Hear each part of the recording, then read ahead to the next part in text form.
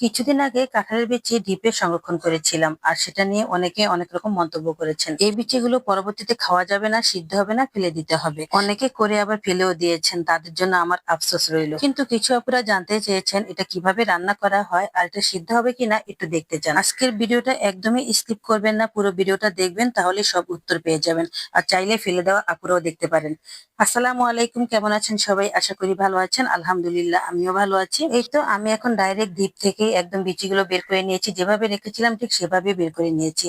আর সেখান থেকে কিছুটা কাঁঠালের বিচি আমি নিয়ে নিলাম। আর তারপর এখানে দিয়ে দিলাম একটু করে পানি। তারপর আমি চুলায় বসিয়ে দিলাম। এই তো পানিটা বলক এসে গেছে। আর পানিটার সাথে সাথে শুকিয়েও গেছে, কারণ আমি অল্প পানি দিয়েছি। আর বেশি পানি দেওয়ার প্রয়োজন নেই, যেহেতু কাঁঠালের বিচিটা সিদ্ধই আছে। তারপর একটু যখন একটু পোড়া পোড়া হয়ে এসেছে তখনই আমি নামিয়ে ফেলেছি। আজকে যে জিনিসটা বানাচ্ছি এটা দেখে আপনারা বুঝতে পারবেন এই কাঁঠালের বিচি আদৌ খাওয়া যায় কিনা আর সিদ্ধ হয় কিনা।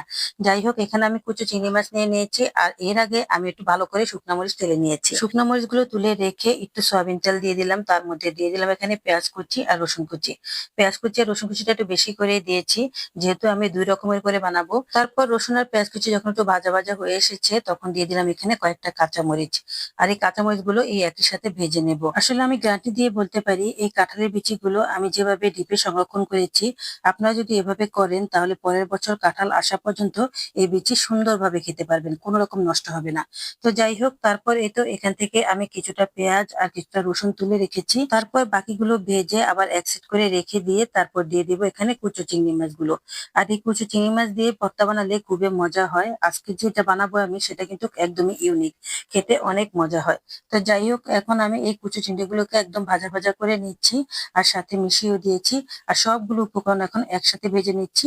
আর এর মধ্যে দিয়ে দিলাম এখানে একটু করে মরিচের গুঁড়ো আর একটু ধনিয়ার গুঁড়ো।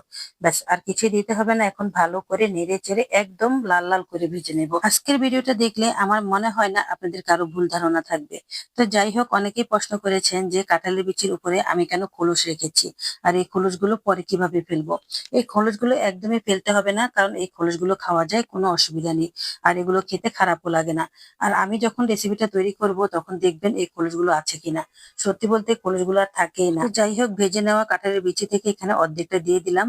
আর তারপর চুলাটা অফ করে দিলাম, একটু ভালো করে মিশিয়ে এক সাইডে রেখে দিয়েছি।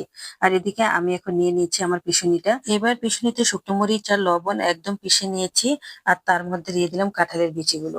বাস দেখেন, কাঁঠালের বিচিগুলো কত সুন্দরভাবে পিষা হয়ে যাচ্ছে। এবার বলেন তো, যদি শক্ত থাকতো তাহলে এই মাটির জিনিসটার উপরে এভাবে কি আমি কাঁঠালের বিচি পিষতে পারতাম? কখনোই না। তো যাই হোক, এই তো একদম ভর্তা ভর্তা হয়ে গেছে। আমি এখন এখানে একটু ধনেপাতা দিয়ে দিলাম। আর ধনেপাতার ফ্লেভারটা খুবই সুন্দর হয়। তবে একটা টিপস দিচ্ছি, কাঁঠালের বিচিতে কখনোই আপনারা সরিষার তেল দিবেন না, কারণ সরিষার তেল দিলে কাঁঠালের বিচির যে একটা এক্সট্রা ফ্লেভার আছে এই ফ্লেভারটা পাওয়া যায় না। সবকিছুতে আসলে সরিষার তেল কিন্তু মানায় না। যাই হোক, শুকনো মরিচের কাঁঠালের বিচির ভর্তাটা রেডি হয়ে গেছে। আর এখন আমি কাঁচা মরিচের কাঁঠালের বিচিটার ভর্তা বানাবো। কাঁচা মরিচ আর চিংড়ি মাছ দিয়ে এই কাঁঠালের বিচির ভর্তাটা বানালে কিন্তু খুবই মজা হয়। আমি এখানে কাঁচা মরিচের সাথে লবণটাও দিয়ে দিয়েছি। আর এখন আমি ভালো করে পিষে নিয়েছি। দেখছেন কত সুন্দরভাবে পিষে হয়ে গেছে। আমার কোনো রকম জোর করতে হয়নি, কোনো রকম বাইরে বাইরেও করতে হয়নি। একদম পারফেক্ট ভাবে হয়ে গেছে। তো এবার বুঝতে পেরেছেন নিশ্চয়ই যে কাঁঠালের বিচিটা কতটা সিদ্ধ হয়েছে আর কতটা নরম আছে। আর খেতেও ভালো লাগছে। আমি কিন্তু ডিপ থেকে ডাইরেক্ট বের করে আপনাদেরকে দেখালাম। এবার আপনারা এই কাঁঠালের বিচি নিশ্চিন্তে সংরক্ষণ করতে পারেন, কোনো রকম অসুবিধা নেই। এভাবে রাখলে অনেক রকমের সুবিধা। একটু মন চাইলে রান্না করা যায়, একটু মন চাইলে ভর্তা বানিয়ে খাওয়া যায়। আর এই ভর্তাটা আপনি এক সপ্তাহ সংরক্ষণ করতে পারবেন, কোনো রকম নষ্ট হবে না। কারণ যেহেতু পেঁয়াজ কাঁচামরিচ সবকিছুই ভাজা আছে। তো যাই হোক, এই তো আমি এখন দেখিয়ে দিচ্ছি কতটা সফট হয়েছে। কি বলবো, আসলে এক কথায় অসাধারণ হয়েছে। আমি তো প্রতি বছরই রাখি, তাই আপনাদের সাথে শেয়ার করলাম। কারণ আমি চাই আপনারাও রাখুন, তাহলে মজা করে খেতে পারবেন। ভালো থাকবেন সবাই, আজ এই পর্যন্তই। আল্লাহ হাফেজ।